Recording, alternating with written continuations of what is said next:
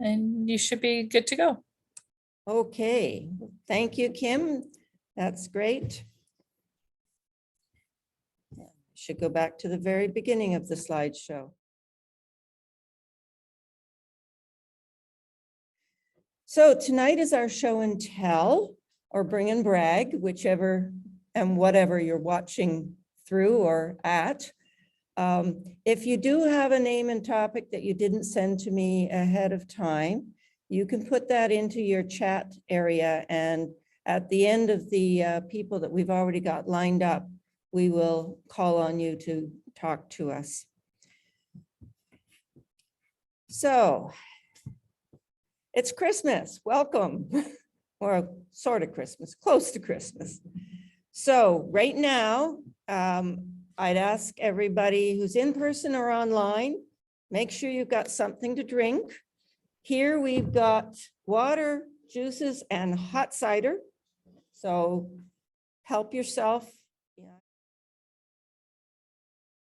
I will not be offended if you stand up and go get refreshments during this.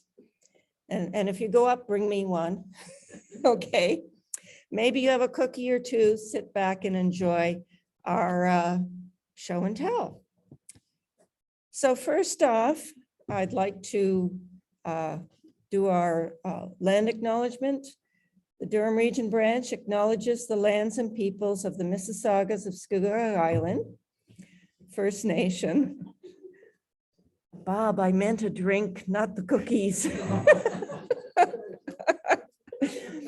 The Chippewas of Georgina Island First Nation and a very large Métis community.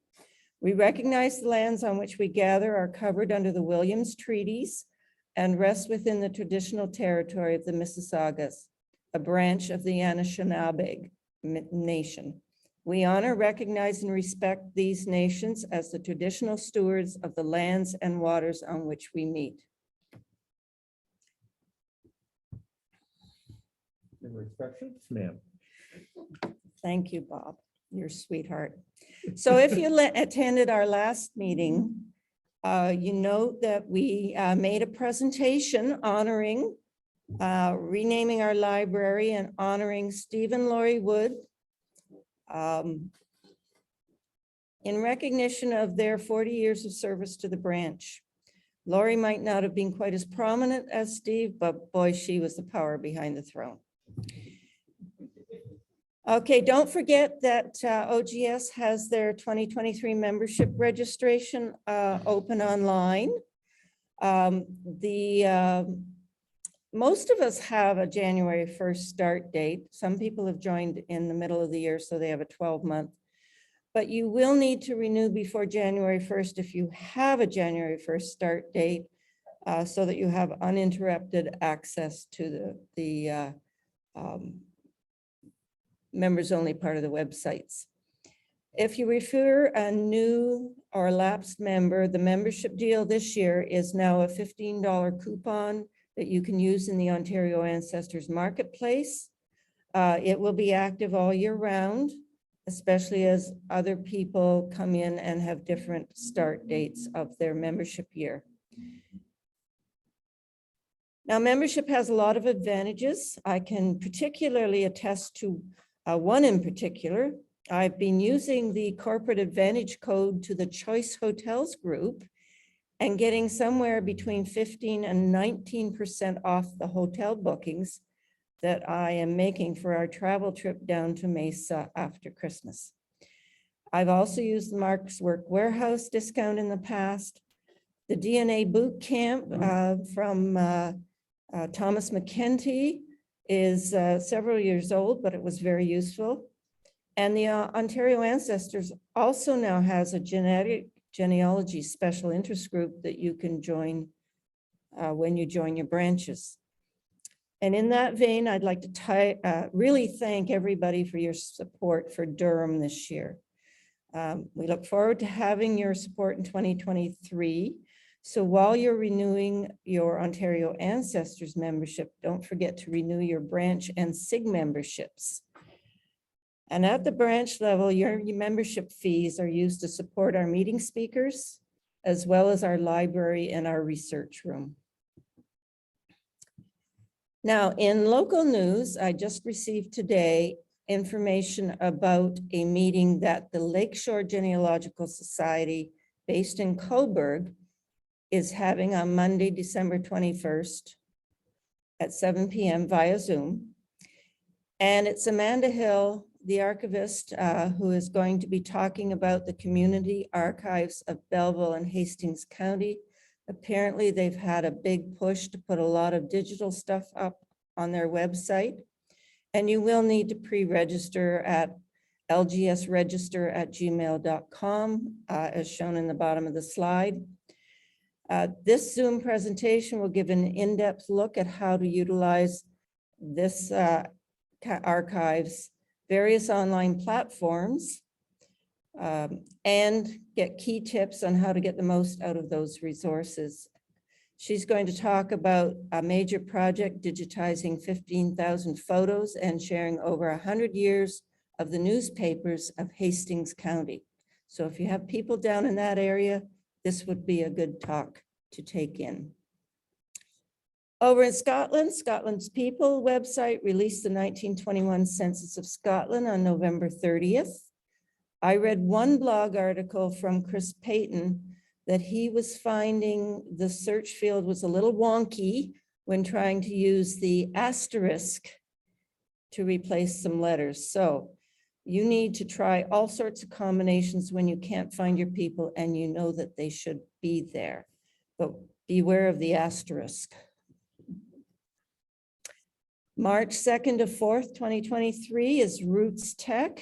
It's both virtual, which is free, and only $98 US if you go down in person to Salt Lake City, which is an incredible price for a 3-day conference. The LDS Church must be really funding it very heavily. Don't forget our research room. It's open the 2nd and 3rd Friday each month from 10 to 1.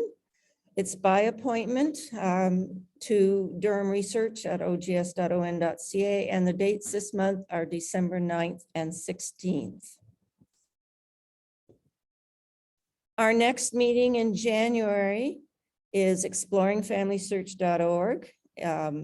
It's Michelle Janot of the Genealogy Ties to the Past YouTube channel. It's via Zoom only, as is our February meeting. And Michelle is going to demonstrate some of the key features of the free Family Search website, how to search the records, how to navigate the catalog, how to browse digitized films, and she's got some hidden extras that will be interesting to see. She's an excellent speaker. February, we've got Ken McKinley from Ottawa doing family research in your pajamas. Yay, I'm getting a yay, okay. March is Barbara Dixon. She's going to talk about David Craig's diary, which I believe was in the early half of the 1800s. His immigration from Scotland, his time in muddy York, and his work in the forests of Ontario County, founding the village of Greenbank. So that should be very interesting on the social side, just seeing exactly what it was like to be a pioneer. Our brick walls, breaking down brick walls, is going to be in April. But don't wait to send in your brick wall puzzle. Steve is really asking you to submit your puzzle as soon as possible. Again, it's the Durham Research at ogs.on.ca. And that way he'll have time to work on it before April. May, we've got Larry Doble from the Sunderland Historical Society. He's going to come down and talk about Brock Reach and Scott Townships doing research in that particular area of the old Ontario County. And just a very quick appeal. We'd like some more team members, particularly with interests in social media, writing newsletter articles, typing up some of our old cemeteries and publications that were done on an old typewriter, checking cemeteries, and also transcribing indexes for Tony. So now we're going to the main portion of our meeting tonight. Here's our list of presenters for tonight in the order that they will be presenting. And this will be followed by anyone who has gone and put their name and topic in the chat. So at this point, I'm going to call Sheila Iacono up to the microphone here and get her started. I'll be able to see it here. Okay. All right, thank you, everybody. I very much enjoyed our November speaker, Elaine Levart from the Ajax Public Library. And if you remember, if you heard her, she talked about the Bomb Girls' life at the DIL, Defense Industries Limited plant in Ajax. So I thought I'd share a little bit about my grandfather, Robert Gordon Foster, and his work at the Cherrier plant in St. Paul, Lermite, Quebec. This armament plant just outside Montreal was the largest with 450 buildings over 15 square kilometers. And the purpose of the plant was to fill the shells with explosives. So my grandfather had served with the Canadian forces in World War I, but he was in his late 40s in World War II. His occupation prior to World War I even, thanks, was a locomotive engineer. And he continued this after the war for all of his life, working life. So in World War II, he served as a locomotive engineer for DIL. And you can see on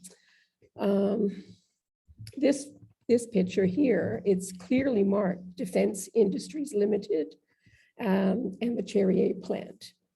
And my grandfather is at the front on the top step on the left. And it would be awfully nice if someone out there knew one of the other men. Wouldn't that be nice? And I saw some pictures of the Cherrier plant in that on Library and Archives Canada. So maybe I'll ask them if they want a couple of these pictures. The other picture, which the one before? The one before. My grandfather is just leaning out the window. Over here? Right here. Oh, right here. Yeah, I think that's, well, he's the engineer, so I would assume that's his engineer spot. Oh, cool. So I just thought I'd share that. And I'll have a little something else to say because it was the 20th anniversary and I was thinking about it. Pope John Paul Paul II visited Toronto to preside over the 17th World Youth Day in Toronto. When he was in Toronto, from July 27th to 29th, he resided at the Sisters of St. Joseph, the Mother House in North York. And, this picture shows the chapel. It's a very big chapel in the middle of the Mother House. And the Pope went up and down on his walker thing, saying hello to all the sisters and the dignitaries and on all the staff there. And I was a charge nurse in the infirmary at the Mother House at that time. And some of the experiences we went through were just amazing. They landed a helicopter on the front lawn about a month before, just to make sure they had enough space, I guess, and make everything safe. And then they started bringing the x-rays in like they have at the airport, so that when we went to work every day during those 4 days, we had to go through the x-ray and put our bags in the whatnot. The security, I had never seen the front gates closed, so they closed the gates. And I'm sure everybody saw on the news all the people at the fence, Yes. to see the Pope. So then the helicopter came again, and he came that day, and we were all in the chapel waiting. And Mel Lastman came walking in. He was one of the invited guests, I guess. He came walking in. Everybody was pretty quiet, and he said, "Who is better than the Pope?" And everybody said, "Nobody." So I don't think I'll ever forget that. Just in the picture, I don't know if you can see right at the back, there's a bunch of people sitting up at the top on the balcony. And those are a lot of my patients, the sisters who cannot come down to the chapel. They're in their wheelchairs, and some of the staff who take care of them are up there with them. So it was quite an experience for everyone. Oh, it sounds like it, Sheila. Yeah. Thank you very much. Thank you. Up next is Grant Baines. Grant, I think you'll need to unmute yourself. I did. Can you see me? I actually haven't got my Okay. gallery on. Okay. First of all, Sheila, a couple of things about your presentation. There is a extremely large railway museum just outside Montreal called exporail.org. They have massive archives, and I'm sure they would be interested in anything you have. And they may have some more on your grandfather. So, And in terms of that locomotive there, the engineer sits on the right-hand side of that style of locomotive. So you were seeing him hanging out the right-hand window. so what was the name of that website? exporail.org. Okay, I've put that in the chat. Yeah, they hold massive archives of anything related to railways, mostly in Quebec, but there is a lot of national stuff. Perfect. Okay, this here is a box, sits in my my dining room. It's carved by my grandfather in England sometime prior to 1912. We don't have an exact date. 1912 is the date that he and his family immigrated to Canada. And according to my father, he couldn't find any of the right type of wood in Canada, so he never carved again. Yeah, and this is not the only piece in my possession, but it's the only piece that seems to have a purpose. The lid lifts up. It's held together with tiny little metal pegs, not really nails, more like a peg. They don't have a head on them. The inside is smooth wood, but the outside you can see is extremely deeply carved. And I have about another half dozen pieces. This box, by the way, is about 16 inches long, 5 inches high, and 8-10 inches deep, maybe. So it's a fairly substantial box, just sits in my dining room. He carved a bunch of other pieces. We're not sure what he intended on doing with them. We think maybe they were backboards for some dressers. I hang these various pieces around the house. And we have one other piece that is a bookcase. Now, my grandfather, by profession, wasn't a woodworker. This is the thing, it's amazing. He actually was a clothing salesman. And in England, he was called a draper. He couldn't actually, there he is there. Okay, that picture was taken in the 1930s, 1940s, so he'd have been 60 to 70 years old at the time. I only remember meeting him once. So anyway, yeah, he was a draper. He obviously loved to carve. This one large piece I was talking about is a bookcase that he's carved the sides of. It's a fairly rough looking piece. This is 300-year-old oak, apparently, that he was carving, so extremely heavy. And one day, my dad returned home, and his mom said, "Gordon, that bookshelf doesn't fit in the corner anymore. Can you make it fit?" So he lopped a bunch off it. Needless to say, my grandfather wasn't very pleased at the result. I still have the bookcase upstairs, and it doesn't look too bad, actually, but apparently they had moved to a new place, and there was a little cubby hole in the corner, and his mother wanted it to fit, and so dad obliged, kind of thing. It makes me wonder, when they moved to Canada in 1912, all of the stuff that they must have brought with them. It must have been boxes and boxes and trunks of personal possessions to have, brought all of these carvings that he did, which are not insubstantial in their weight or their size, the bookcase, the little container, the cabinet, the container there that I showed you. It really makes you wonder, when our ancestors emigrated, what they took with them and why did they bring that with them. Yes, we hear so much about steerage passengers. I really doubt he was steerage. He was second class. Okay. He was second class, and they arrived in September, I believe it was. I'm trying to remember now, because my in-laws' grandparents, they arrived in May, so he arrived in September, and they weren't very long off the ship. Apparently, it was a Quebec City and Montreal arrival, and apparently somebody was walking down the street eating a cob of corn, and that was pretty much unknown in England. And they thought that was pretty backward. And did you want to go back to England? No was the answer. But yeah. Anyway, there's my grandfather, and that box was one of the items that he carved that I cherish deeply.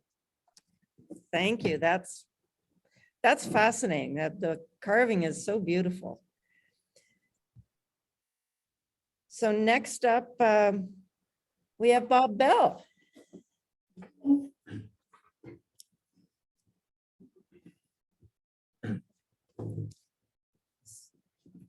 So Bob, unfortunately, this doesn't translate too well. It doesn't have to be read. These slides, I never set them in any particular order, so we're going to jump around, but I'll just, and Okay. I don't know what order they're in. Right here. This is Well, the order. I can't see it, don't worry. Okay. I'll just, when I see it, Herbert Ernest Green was my great grandfather. I started off not knowing anything about him, but by luck and by just persistence, I managed to find out a lot about him. I was recently at a meeting at the Oshawa Armories for the Central Ontario branch of the Western Front Association, which talks about First World War. I was talking to the branch historian of the regiment, and I was asking him about my great grandfather. Next day, he sends me this two-page page and a bit of from 1921, talking about Herbert Green, the caretaker, sprucing up the Oshawa Regiment, and how he'll be living in an apartment upstairs. The thing that I find really neat is the apartment is part of the sergeant's mess. And the question always was, when I went to the meeting, I was told it was the sergeant's mess. Somebody told me, no, maybe it was a room up above. He sent me a diagram showing that indeed the apartment was there and the layout of it. So you just never know what information you're going to get from just a random conversation. Next. Yeah. That's Herbert and his sister. They were Bernardo children, separated and sent over to Canada. Again, I knew nothing about them. I kept asking family, nobody knew anything. On a whim, I was on the internet once and I saw a list of home children. I plugged in his name, bingo. And I contacted Bernardo's and they sent me the photo. And there's another photo of him. And I think that one's when he went into their care, and then the other one was probably when he left to come to Canada. Random stuff. I had a cousin that lived up in the area near Collingwood, I believe, where he was buried. And he was just on the way out the door to go somewhere. And he says, oh, I'm actually going to be in the area of the cemetery. I know where he is. I'll take a picture of the stone for you. He forgot that he had, it was a Polaroid, and it was a special one for a kid's parties where you take it and put a colorful frame around it.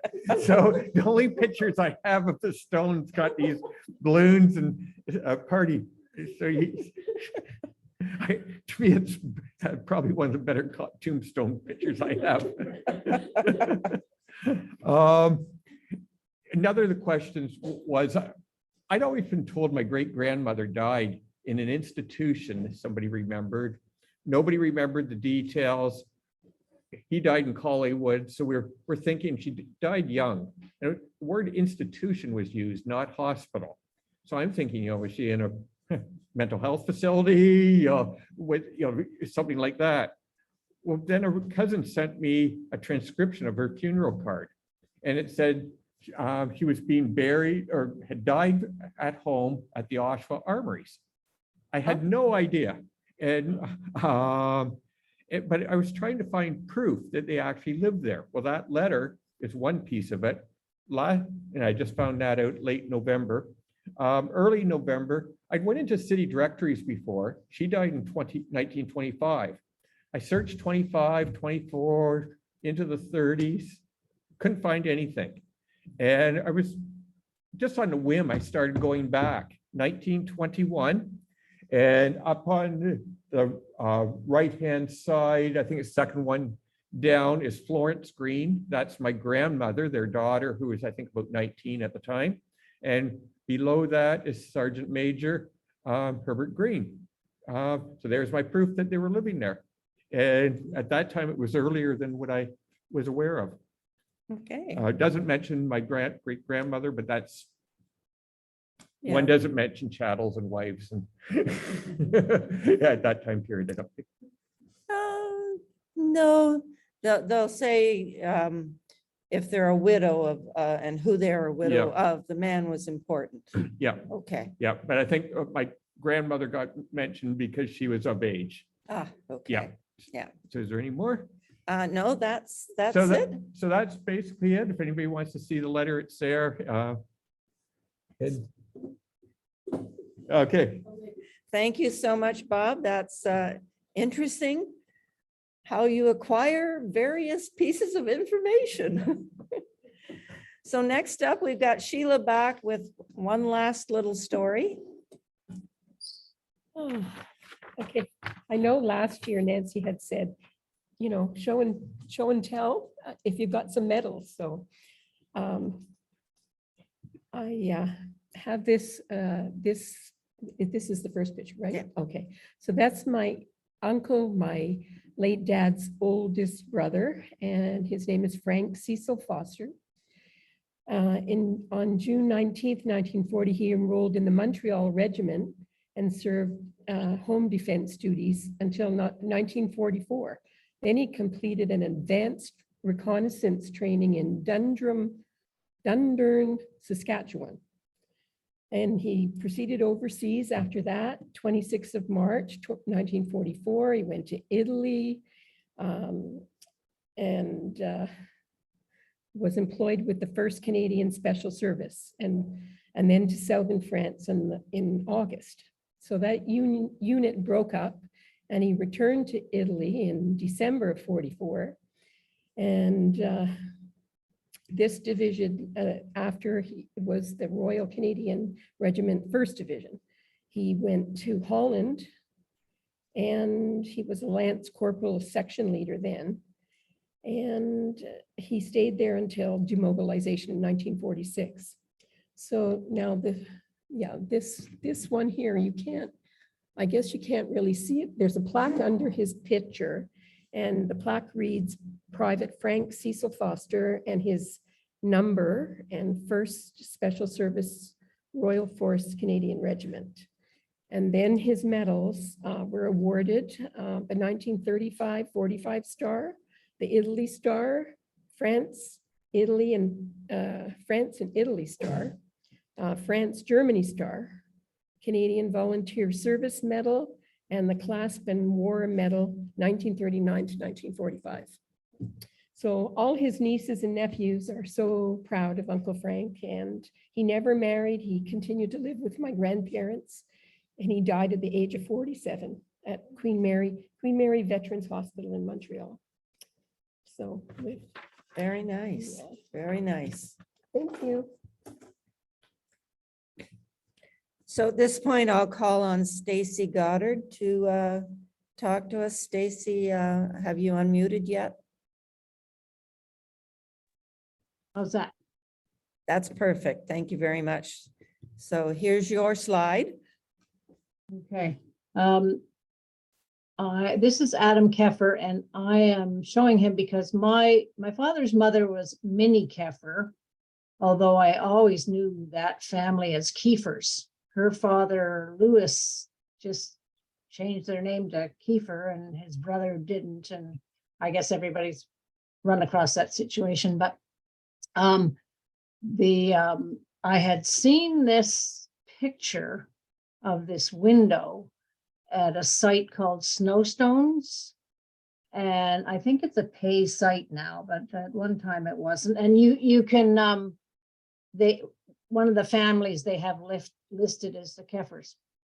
Anyway, I had the mistaken idea that this window was in Waterloo, and then I found out it's in Ottawa. So I was visiting a friend in March, and we went to this church and we saw these windows. And I don't know if anybody's aware of the story, but Adam Keffer walked from up near Maple, that region, down to Pennsylvania, where they came from. You can see that his he's wearing his shoes around his neck to save them, so that he would have nice shoes when he got to the elders.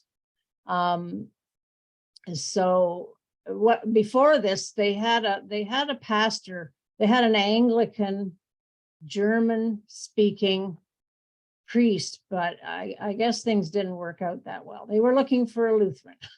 So he walked all the way to Pennsylvania, and in the end he did it twice. And they eventually got the point and sent them a pastor. Anyway, the Lutheran church is still there in the graveyard where Adam is buried.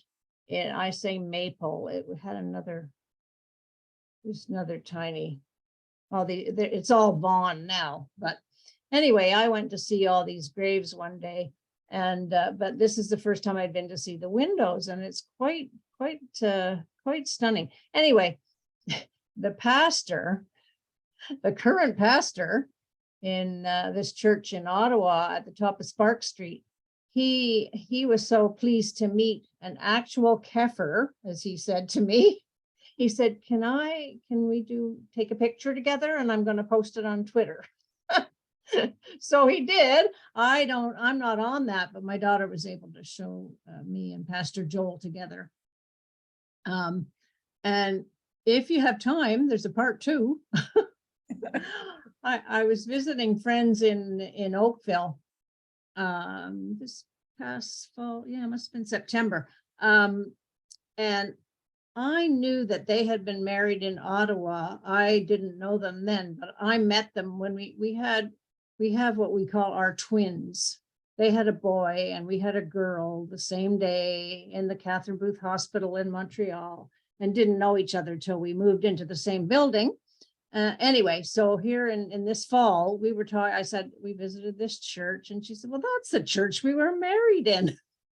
So I just, they're not practicing Lutherans anymore, but she said the reason that she was a Lutheran was because her mother, they were Germans, and they had settled in the Ottawa Valley. I associate them with Eganville. Anyway, she said they lived in this area called Germanicus, which was totally new to me.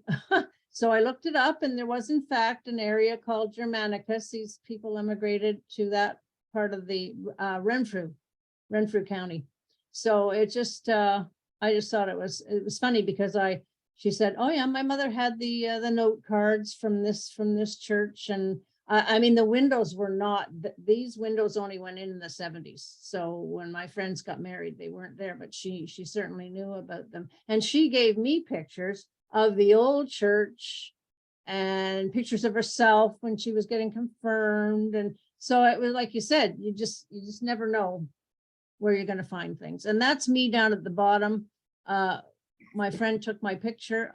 This is as close as you're going to get today because I've got COVID, and right now I look like a corpse. No, that's, I'm sad to hear that, Stacy. I had booked for another shot too, but I've had 4, but I'm not going to get the 5th, not for a while anyway. So I don't know if anybody else knows anything about about this church, but it was a very, very welcoming scene. And I've never had a Lutheran pastor ask to have his picture taken with me.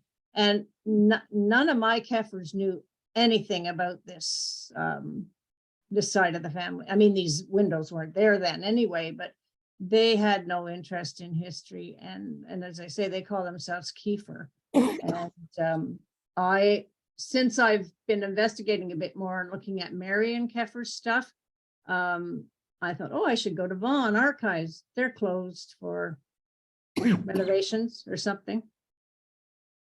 Water. Yeah, every time I want to go to a facility, it's closed for renovations. Anyway. It sounds like you have the worst luck. Yeah. Thank you. Yeah. It's funny though, one day I got a bet, you know how you do from Family Search? We have a gravesite of one of your, and I thought, okay, yeah, that great. I'm related to everybody in that graveyard. So you didn't show me anything new. Anyway, thank you. Thank you. Okay, next up, we've got Jim Bowen. Jim, if you could turn on your mic. Okay, thanks, Nancy. Hello, everybody. I'm sorry, I'm remote from my basement in Georgetown. I actually have a fairly simple find, which actually turned out to not be a find, or maybe it is a find, I'm not sure. So I've been searching the Curtis family for about 20 some years. And lo and behold, I had no idea where or what ship they actually came on. There's obviously not very many ship records from the 19th century. And I learned something new that I should have known before, is to always check all the obituaries of all the relatives. And so in about 3-4 weeks ago, I was searching through the Clinton news record. And as many of you know, people from Durham, and especially the Bible Christians, traveled from Durham region to Huron County throughout the 19th century in sort of search of land.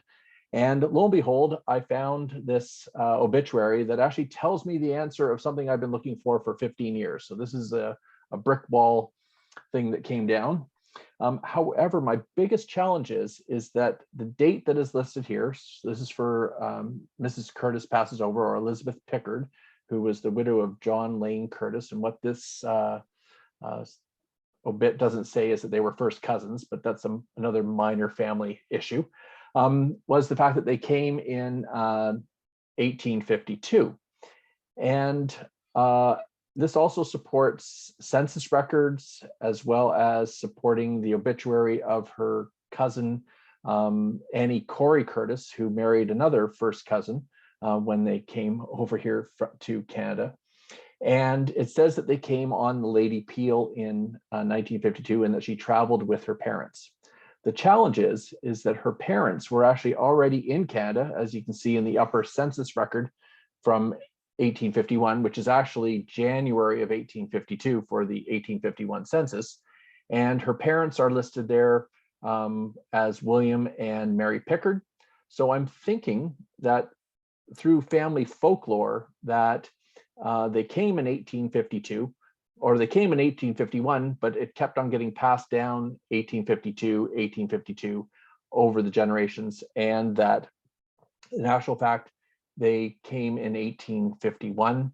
The Lady Peel did leave Plymouth in May of 1851 with 271 passengers. Of course, the Lady Peel also came to Canada in 1852, twice, both in May and in September of 1852. So I'm still really not quite sure when they came. It becomes a challenge. And lastly, just as a reminder, that the Darlington census records are also missing for the nominal census. So the rest of the Curtis family obviously were in Curtis, Ontario. Potentially, they were with Christopher Curtis, and their census record wouldn't exist to be able to show Elizabeth Pickard in the 1852-1851 census. So this was my find, which really didn't turn into a find over the past few weeks, but it does give me some further details about the family members. And that's all I have to share. Well, thank you very much. I really appreciate you sending this in to us, Jim. And isn't that the way research goes? Yeah. Oh, and I also have some connections to Sheila's presentation. I trained as a pharmacist at the St. Joseph's Hospital in Hamilton. And when I worked there in the late 1980s, the sisters lived on the top floor of the hospital, and they would receive care up there, and they would come down to, at the time, Sister Joan was still the president of St. Joe's. So I can appreciate Sheila's presentation of caring for the sisters, because when I was in my youth and I had to wear a tie and a very nice, neat shirt and shoes polished, the sisters made sure of that in pharmacy in the late 1980s. So I appreciate Sheila's presentation completely with caring for the sisters. I have a connection to you then, because I trained as a pharmacist, but not in Hamilton. Okay, thank you, Jim. That's problem. really appreciated. So now we're on to Bob Halfyard, who answered my appeal on Sunday for something to show tonight. So Bob, have you unmuted yourself? I have. Okay. And here's your first. Okay. In June, the St. Catherine's Historical Society had as a speaker Hugh Fraser, who talked about his book, Swing Bean Barns of Niagara, 1819 to 1888. It was an absolutely fascinating presentation. And when I got finished and I got in touch with him, I sent him pictures of our family barn, my mother's family barn. The Miller family lived on Lot 4, Concession 1, Manvers. And this is a picture of the barn taken about in the 1930s. There's another picture coming up. Okay, this was taken in 1956. I took this picture. And this is an aerial picture taken sometime between 1950 and 1955. Now, Hugh was quite interested in that, and Hugh is now, he belongs to an organization who are interested in preserving barns and the history of barns. And he's working on another book, which will be published late in 2023. And so he worked with me, and we reconstructed the interior of the barn. And I think that he's going to put this in the book. And there's going to be barns from mostly the area west of Hamilton, places like Varney, Low Banks, Netherby, Heyburn, Cedar Mills, Creef and Christie's Corners. And they're going to be in that book. And it's quite a fascinating, I think it's maybe a fascinating book. His original book is still available. And so if anybody is interested, he's got a website. It's otbfarmsolutions.ca. And so if anybody's interested in barns and so on like that, you might want to look at his website and see what's going on, because it's a fascinating thing. And he does belong to an organization of different people who are working, preserving barns as much as they can, and if not, preserving the history of them.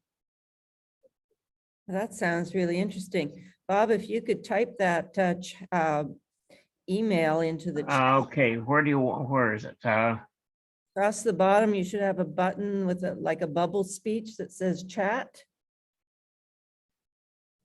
Chat. Yeah. Okay. Or I can type it if you could spell it to me again. Okay. OTB Mm-hmm. Farm Solutions Farm Solutions. Okay. .ca. .ca. Okay, there, I've put it in the chat. Thank you so much for that link. And perhaps some of you will find family barns in that book and on that website. His first book is still available. It's not cheap. It's a coffee table size book. It's around $65, and those are all the barns in that are in the Niagara area. If anybody has Niagara ancestors, you might find somebody in that for all you know. Yeah, very good. Thank you so much. And now I'm going to move on to Laurel Bellissimo. Now, Laurel wasn't too sure that she'd be able to make tonight's meeting, so she sent me the information.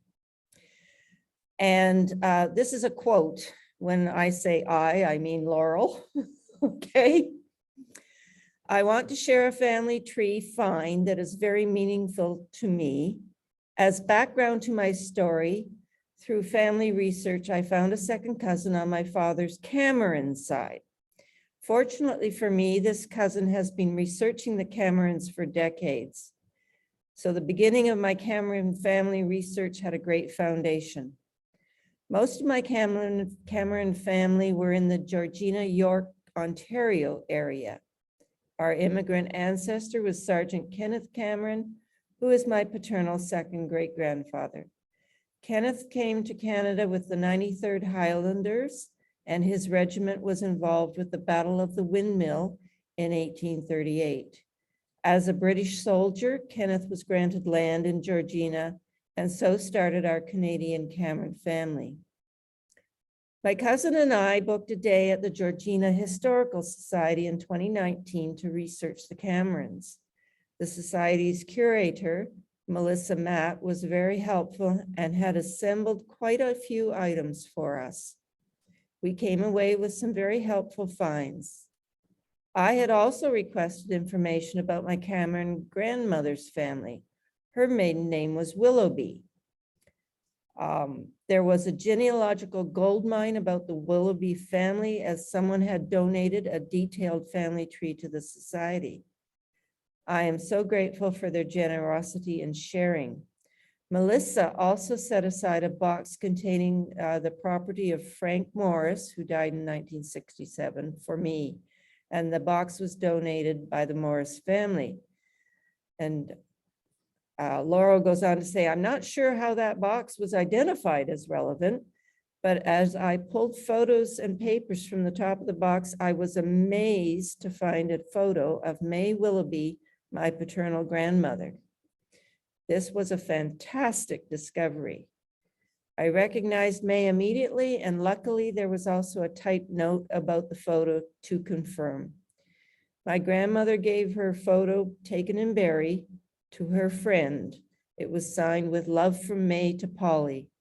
So the photo is not dated, but I think likely around the time of May's marriage to Angus Cameron in 1905. That one photo told me quite a few things about my grandmother.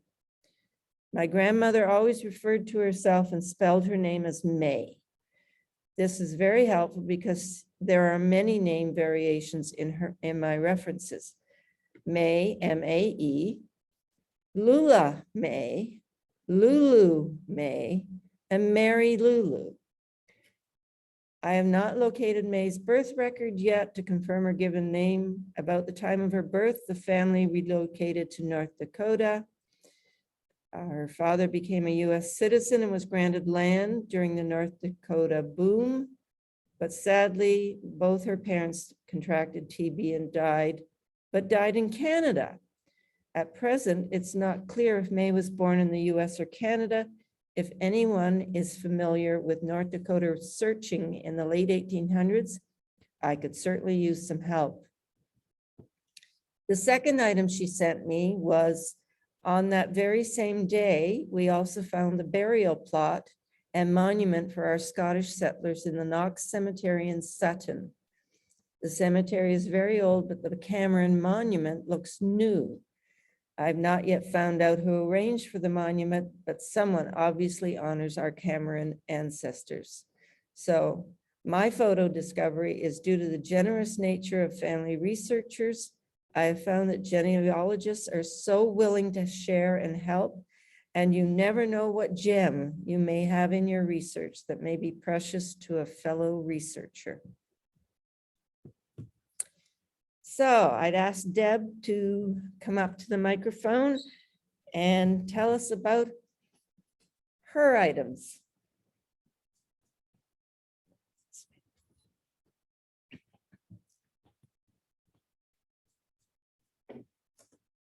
Thank you. Hello, everyone. All right, get stuck in here. I recently learned that my sixth great grandfather is Nathaniel A. Garfield, AKA Amherst Farrell, United Empire Loyalist, who was born in 1755 at Bridgman's Fort in Windham in the colony of Vermont. As a 6-week-old infant, he and his mother and other women and children were kidnapped during a raid inside the fort, after his father, Benjamin Garfield, and other men and boys were killed while working in the fields outside the fort across the Connecticut River. His mother, my 7th great-grandmother, Eunice Cooley Garfield's freedom was purchased after being taken to Canada, then sold as a servant, transported to France, and then to England, and then to Boston, Massachusetts, and then to her father's home in Greenwich, Massachusetts in 1758. She died December 29th, 1829, as Mrs. Eunice Cooley Garfield Pratt in Dana, Massachusetts. As for Nathaniel, who was too little to know his name, family, and culture, he remained with his captors and lived as they did for some time. He was then sold to the French and was recaptured by the British. A British soldier named him after Sir Geoffrey Amherst and gave him his own surname of Farrell. Sometimes it's seen as O'Farrell. It is believed that Nathaniel's middle name, the A, represents Amherst. Nathaniel was a soldier in the 13th Regiment of the Albany County, New York, and then served under Colonel Edward Jessup as a loyal ranger. In about 1783, while in Saratoga, New York, he and an unknown woman produced my 5th great-grandmother named Eunice, who married John Mix in Crammy Township, Upper Canada in 1799. Nathaniel A. Garfield, UEL, relocated as a founding settler to Cramahee or Cramay, depends who you are and how you want to say it, in what is now Northumberland County, Ontario in 1796. Important pieces, can you switch it to the next one? Important pieces of the puzzle were recently discovered in the Turtle Mountain Agency allotment records, the William Perkins Bull collection, Family Search, Ancestry, St. Boniface Historical Society, St. Boniface Burial Register, the Louis Riel Institute, which document that my 6th great grandmother Yeah. is a Turtle Mountain Chippewa woman named Mana Icha. And she was born in the Red River settlement, where she is confirmed as Nathaniel Gaffield's partner and mother to their daughter Eunice. Mana Icha, shortly after Eunice was born, became the partner of Joseph Ajour, a French voyageur for the Northwest Trading Company, and moved to the Red River settlement. They produced at least 4 children.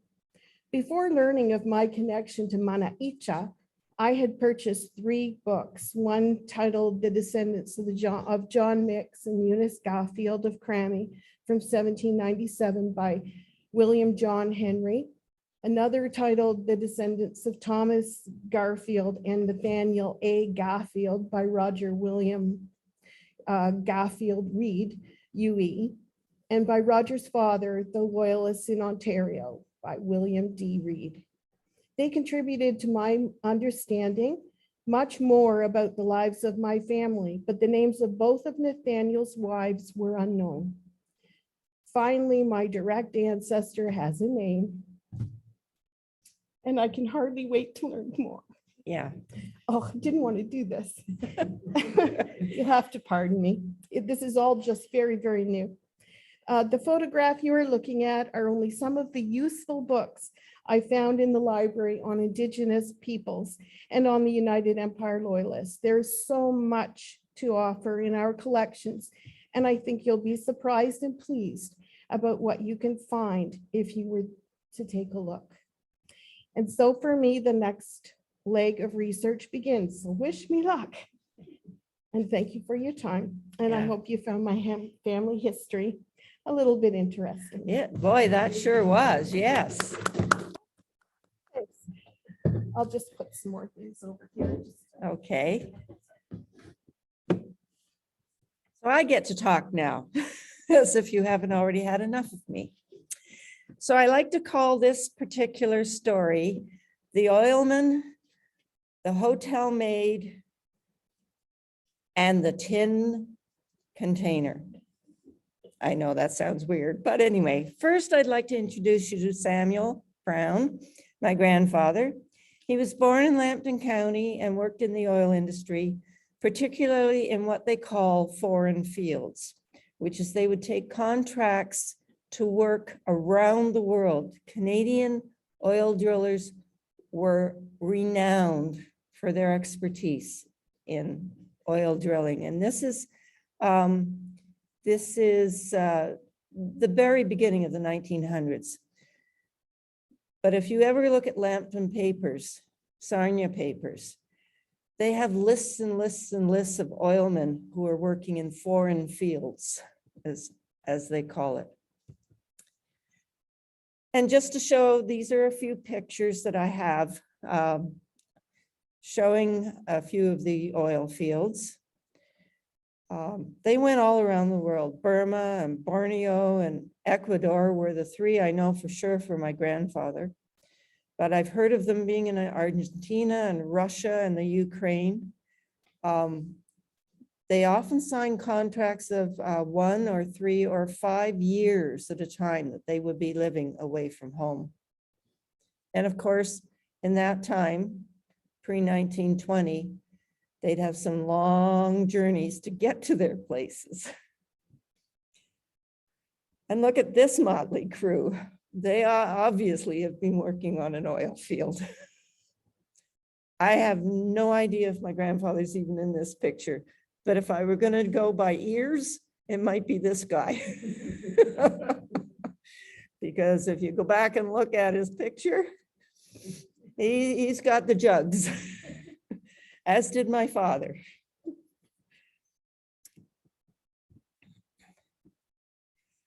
But it wasn't all work. I've got lots of pictures like this. They worked hard and I think they played hard too.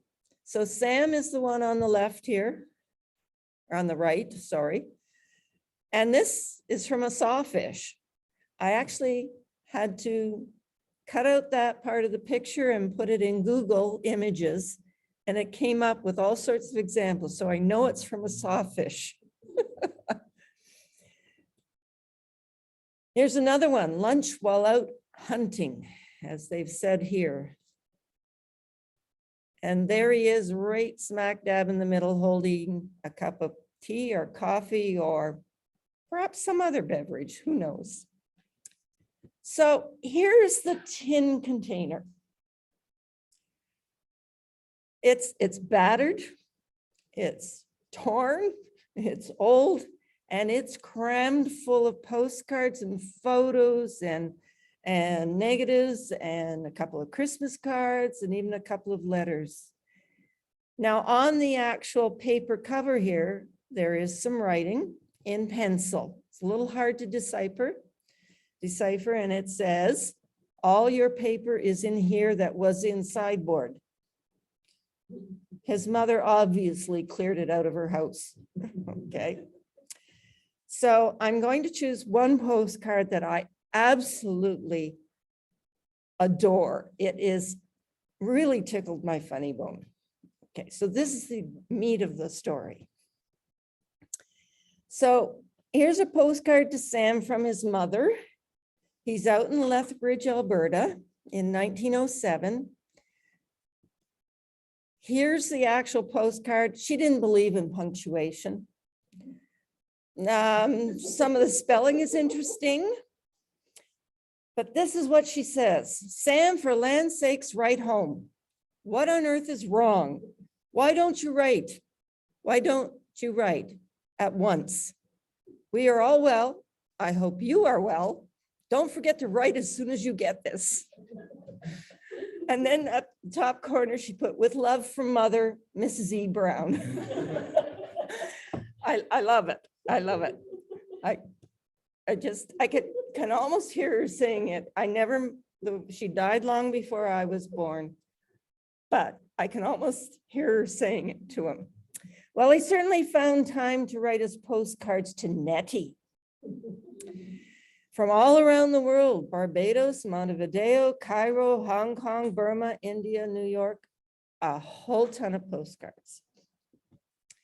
And here is one. They were married in November 1919, and this card is pretty close to that date. Written from Hong Kong, June 20th, 1919. Miss Vint, dear Nettie, I'm here awaiting passage home, but do not know when I can get away from here as the boats are all filled up for over a month. We'll see you soon. Best wishes, Sam. And here's his lovely Nettie, my grandma that I knew. So at this point, Anne, if you could come up and tell us about some of your pictures that you sent in.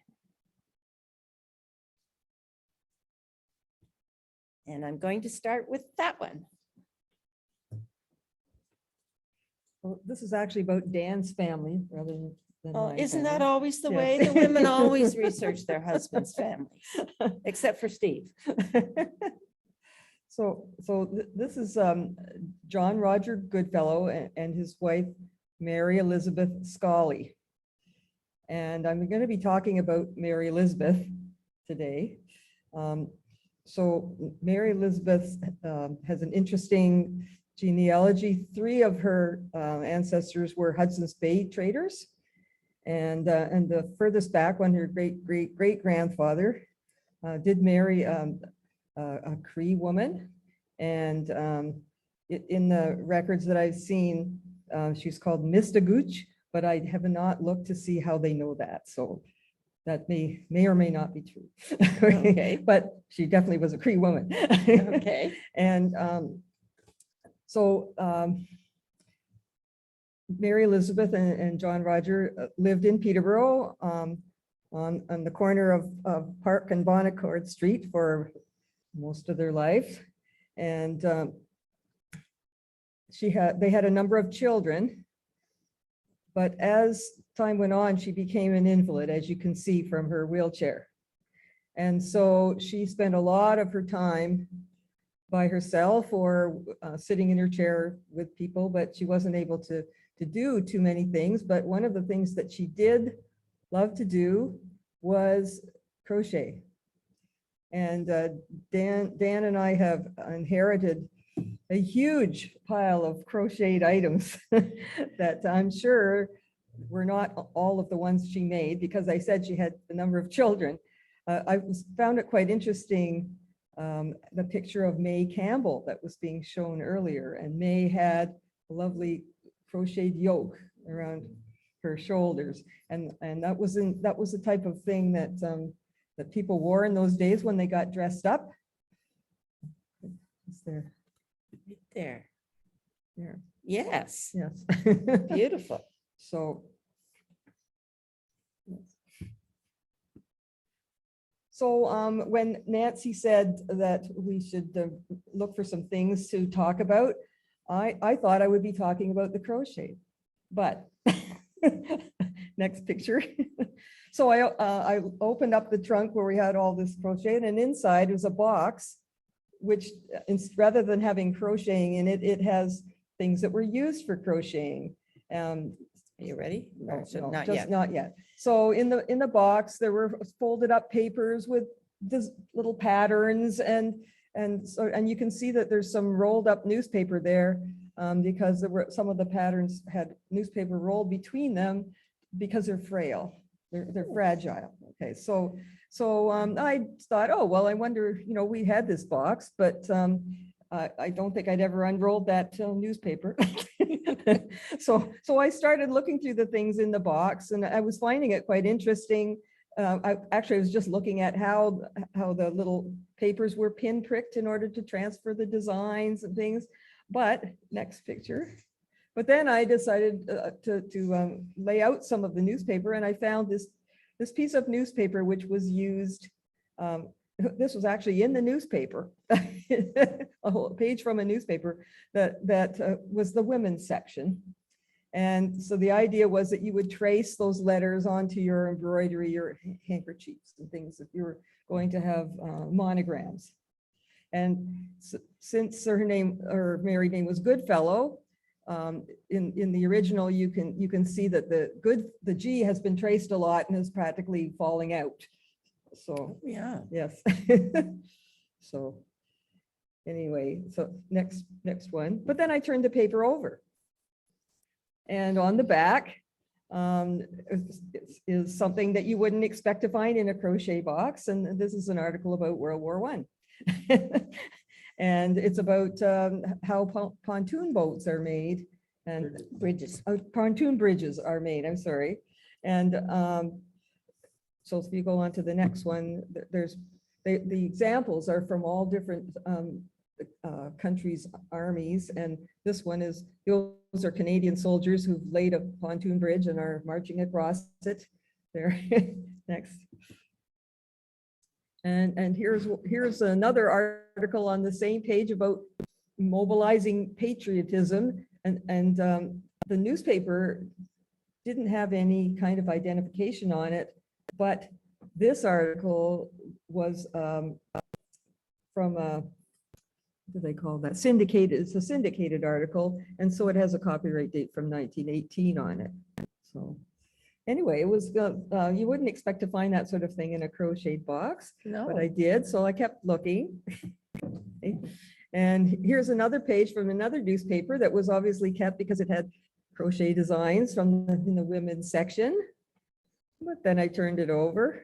Now you can't read this, of course, but it's quite dense information about, it's from a magazine or newspaper called Farm and Home from Massachusetts. And this magazine must have had subscribers from all over North America. And one of the things that it has, it's sort of like Facebook today.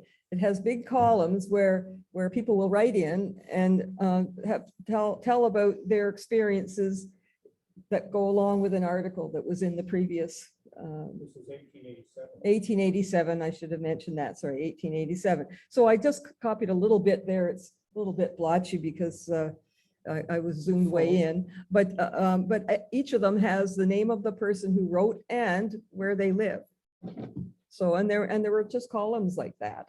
So if you have a ancestor who was a farmer in that era, you might want to look up Farm and Home newspaper from Massachusetts, because they don't have just things from Massachusetts, from all over the place. Cool. I think that's the last one. Yeah, Okay. yeah. All right. Well, that's a fascinating crochet box. Although I have to say, when I was visiting my husband's grandmother, there was a bunch of us up for the day, and I was young, newly married, and I'm asking questions about the family, about this and about that. Well, finally, one of the aunts got up and said, "Why didn't you just give her all the stuff that's in the teapot?" And Nana went and got the teapot and poured out all these articles clipped from newspapers that she kept in the teapot. So crochet box, teapot, they're just about equal. Stephen. Did you keep it? Oh, yeah, I took it. Well, not the teapot. I left the teapot. I took all the clippings. I have them all. There were clippings about ants I never knew about. One of whom was a rum runner, small, perhaps. She's buried in the family plot, but has absolutely no stone. Okay, Stephen. Okay. Well, this actually kind of fits in with a lot of the other talks we've had tonight. This is the trunk of my grandmother, born Mary Eleanor Bliss in 1879. She married, well, he called himself Wilmer Edward Woody. However, when you see his birth certificate, he's Wilmer Sheldon Wood. Okay. But they were married in 1919 in Carlisle, England. My grandfather was stationed over there during World War I. He wasn't a real healthy man, so they didn't send him to the front, but he was in the Forestry Corps and did duties in England so that others could go to the front. I guess you could call him kind of lucky in that respect. Yeah. And somehow I have seen the diary for his particular, well, we'll call it Corps. I can't think of the proper name. And he was stationed near Carlisle at one point, and that must be how they met. Perhaps he went into Carlisle for shopping, or maybe the women came out for dances or something. I have no idea. But he met my grandmother. She was just about 40. He was in his 40s, early 40s. And they married in 1919. And according to my mother, they came back to Canada on the same boat. But the women were separated from their soldier husbands. So it must have been a real long trip for both of them. The women were all on one end of the boat and the men were on the other, supposedly. Supposedly. Yeah, so, but everything, presumably, most of her worldly possessions came over to Canada in that trunk. They actually, when they first got here, they settled in Oshawa, apparently in the Henry House. Oh. They were in there for a few months. I have actually a picture of them standing on, I'll call it an ice floe in the Oshawa Harbor, I guess when the ice was starting to break up in the spring. They're standing in all these huge floes of ice are, I guess it'd probably been blown against the shore and made quite a pattern. So that's kind of the story of my how my grandparents met and came back to Canada. My grandfather was from Canada originally. He was from South Monaghan Township. although he had gone out west with one or two of his brothers and was working on farms out there for a while. Okay. One of the items that was in the trunk was these samplers. Like I say, my grandmother was Mary Eleanor Bliss. She had two aunts. I don't believe either one of them ever married. One was Mary Bliss and one was Mariah Bliss. And it looks like they did both of these samplers on the same day, April 4th, 1881. But they must have sent them with my grandmother as keepsakes and reminders when she came to Canada, because they came down through the family and I have them now. Perfect. So So there, there's a close-up of the one, a little bit soiled, but I haven't tried to do anything with it because I'm not a professional, and you can see the bottom is starting to shed a little bit of its needlework or something down there. yeah. And so I've just left it alone unless I find a professional. And the other one, same idea. They're close in size, but not quite the same. But as you were showing the ABCs, here's how you should stitch them and everything else. There's what the ladies had to do when they were young. Yeah. They would have been born, I think, 1860s. So they were probably close to 20 or 21 when they were doing these. I know at least a couple of them, including my grandmother, were seamstresses in England when they were growing up. She was raised by her grandparents, and apparently she had quite a rough time of it, but they survived. Perfect. And I'm the grand result. And we thank them for it. Okay, well, thank you, Steve. All these stories are wonderful, all the keepsakes that have come down in the family. I really, really enjoy it when we have our show and tell. And I really like to thank everybody who sent in their illustrations for the PowerPoint. And at this point, I'm going to go over to the chat window and see if anybody else has put in a topic.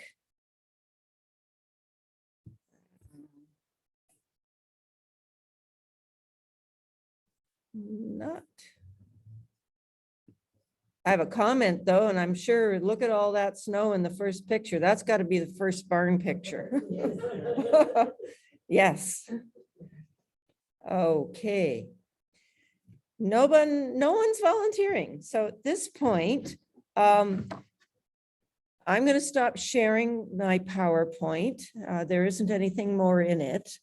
And we can be very free form. You're welcome to turn on your cameras.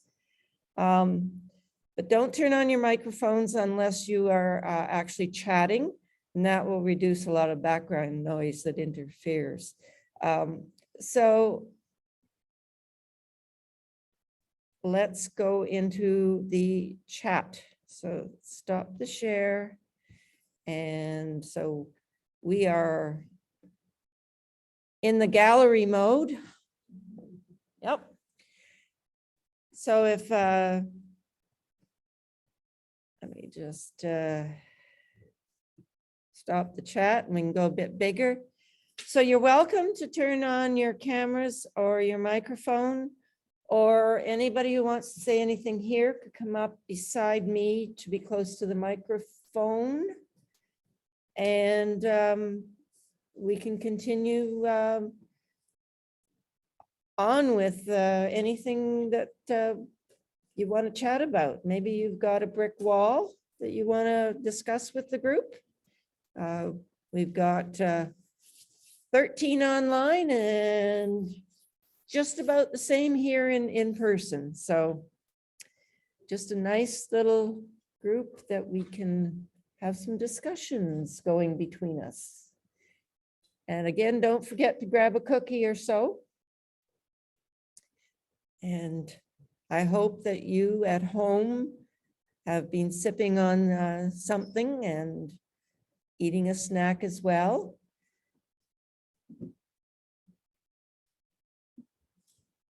Does anybody have a DNA question? Or a question about what we've got in our library. Deb did a really good presentation. Oh, Jim's put his hand up. If you'll unmute Jim and. So talk with us. I do have a DNA question. Has anyone done what are the odds analysis before? And have you had any success in actually breaking down DNA brick walls with doing a Watto? Someone, Watto. I got introduced to it from a very distant cousin that I'm arguing with in Australia. That's not really arguing, having a very nice debate about ancestry. And they suggested doing a Watto analysis, and I have no knowledge about how to, well, I probably have not used any of the tools to try and work on that. So anyone have any experience with that? Well, I fiddled around with it at one of our DNA SIG meetings. Steve was presenting on his family.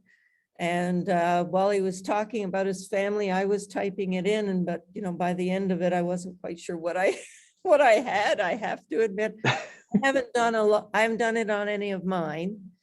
And so I have very minimal experience with it. I don't know, Steve, did you ever pick up the Watto stuff and try it again on your adoption problem? I was using it in its earlier versions. I have not Okay. the latest version, which apparently is much better because you can put dates and things like that into it too. So Okay. hopefully solve my illegitimate, I can't say it, illegitimate person. I think I know who my great grandfather is now, but it wasn't with the help of Watto. It was more just slugging and comparing names and everything else. So That's exactly the issue I'm having with this issue. The problem is that my third great grandfather, I think the name on the British birth registration is wrong, because I'm matching to a whole bunch of Australians that have a surname of Rook. And as does my third cousin in the UK. He's also matching to all these Rooks. So we think that my third great grandmother put just a name on the illegitimate birth registration as who the punitive father is. And then my third cousin in the UK, he actually found on the next page of the census record for 1851, a guy named Isaac Rook. And I think my third great grandmother had a roll in the hay, literally, with this farmhand that lived next door in the census record. So I'm just trying to see if I can use some other tools to confirm. We're pretty confident because we have over 15, 20 matches to this surname on multiple continents that we've got the story right, but trying to find some other ways of proof. Well, one way to try and prove it is, I shouldn't say to private, should be part of your proof, Yeah. is to take the amount of centimorgans with all of those cousins. Yep. And check them against the centimorgan project on DNA Painter. Yeah, on Just to DNA make Painter. sure. Okay. Yeah, they've got a great version of Blaine Bettinger's centimorgan project on Okay. DNA Painter. Okay. And so you want to definitely check that the DNA, the genetic connection can possibly, or no, let's put it the other way around, that the pedigree connection that Yeah. you're examining fits in a range Yeah. for that relationship. Yeah. So it's one step you can do. Yeah, I've done that manually against Yeah, the. it's manual. Yeah. I've done that by paper, but I have one problem is we have this persistent segment on chromosome 21 that is exceptionally long, so it skews the number of centimorgans. Sorry, this is really geekish, but it skews the amount of centimorgans so much that it actually can skew those results a little bit, because we know there's this segment that people are hasn't really changed over time. So, but I'll try that. The DNA Painter has a version. Okay, I'll give that a try. Yeah, I can demo it if you'll wait a second. Sure.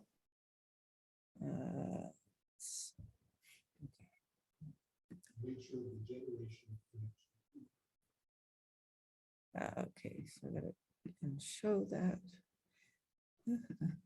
The way, I have to get my Chrome up.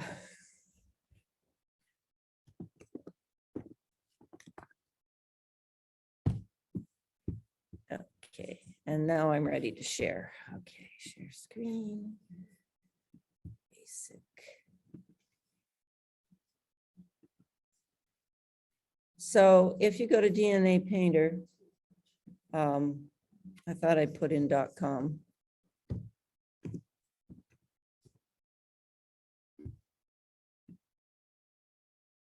So when you go to dnapainter.com, you can click on the tools button.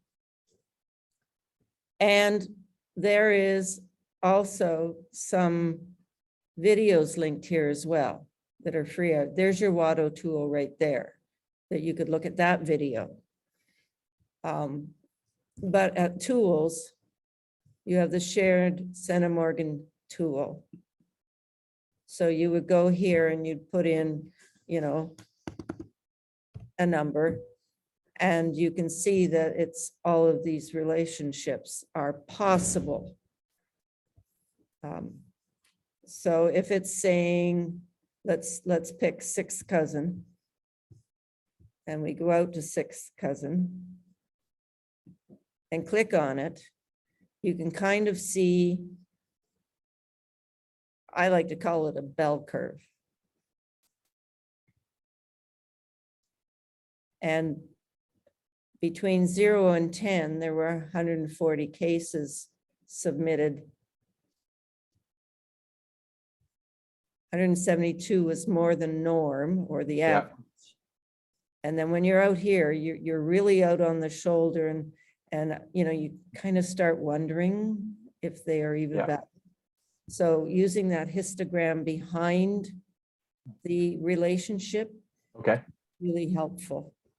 Okay, that's perfect, Nancy. Thank you. That's because I used that whole grid. I've got it all manually mapped out, but not Yeah. with the probability Yeah. painter. So there's my project for tonight. There you go. Thank you. Those are the steps I've been using. Okay. But there is that video there right on Johnny Pearl's website that explains how to use the Watto tool. Okay. That may be of some help too. Okay. I'll get to that. Thank you so much. That's really You got your helpful. homework. You got your homework. I have my homework. Yeah. Yay. I will try and find out. I'll let you know what the story is at the end of it. It's also, there's also challenges is that I'm finding with Ancestry, when you get back there in that time, people have put sort of false relationships as well. And since the Australian records are all somewhat non-existent for census records, it's really hard. And of course, the marriage registration that I ordered from Australia for who I think is Isaac Rook's brother doesn't list any parents. Of course. So, and no date of birth or location of birth at all. So it's Yeah. Well, the lack of census records out of Australia is really hampering, isn't it? it's really a challenge when you're trying to put together stories. I'm finding that's a real impediment. It becomes an impediment, and it's really hard when you're actually trying to correspond with people in Australia because they know more about it than you do. Especially Australia and New Zealand, they're going to go back and find other things. So anyways, interesting. Thank you so much. That's really very helpful. Thank you. Very good. Now, Anne had her hand up here. I just wanted to say that my husband Dan DeLong here, he has a great grandmother who's a Rook, Okay, if that's interesting. so could you hear that? I said Dan has a grandparent. But these are Rooks from Lincolnshire, is where they are in England. Okay, these ones are from Surrey. Okay. Well, yeah, that's another. Yeah, there might be some sort of a piece. I'll look for Dan on Ancestry, or GEDmatch, and see if I can find you. Okay, Dan, you've done DNA, right? Yes. Is it on Ancestry? 23andMe and Ancestry. Okay, he's on 23andMe and Ancestry, so that's good. I will go looking.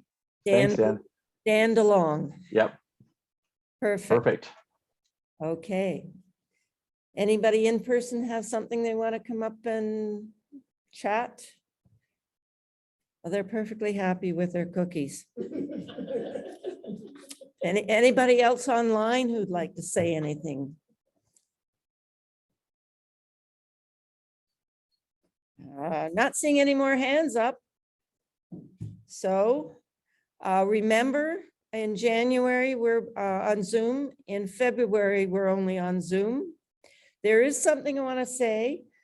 Because we're not going to be in person and we don't have the social interaction, we're going to have Durham Branch social drop-in time on Zoom. And it's going to be, well, the same day that we used to have our library drop-in, which can also be combined in with the social time. It's the fourth Thursday at 10 a.m. and I hope to have a registration link up on the website in the next 3 or 4 weeks. Oh, sorry, 11 a.m. I've been corrected. I was thinking more of the research days. My apologies. So 11 a.m. on the fourth Thursday of January will be our first social library, anything you want to talk about, branch drop-in. I don't know about you, but I've really missed the social time.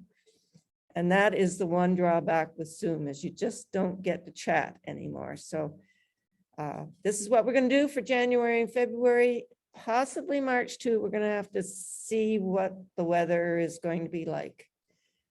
So at this point, one more chance. Anybody have anything they want to ask? Our January meeting is the Exploring Family Search with the gal from British Columbia, Michelle Janot.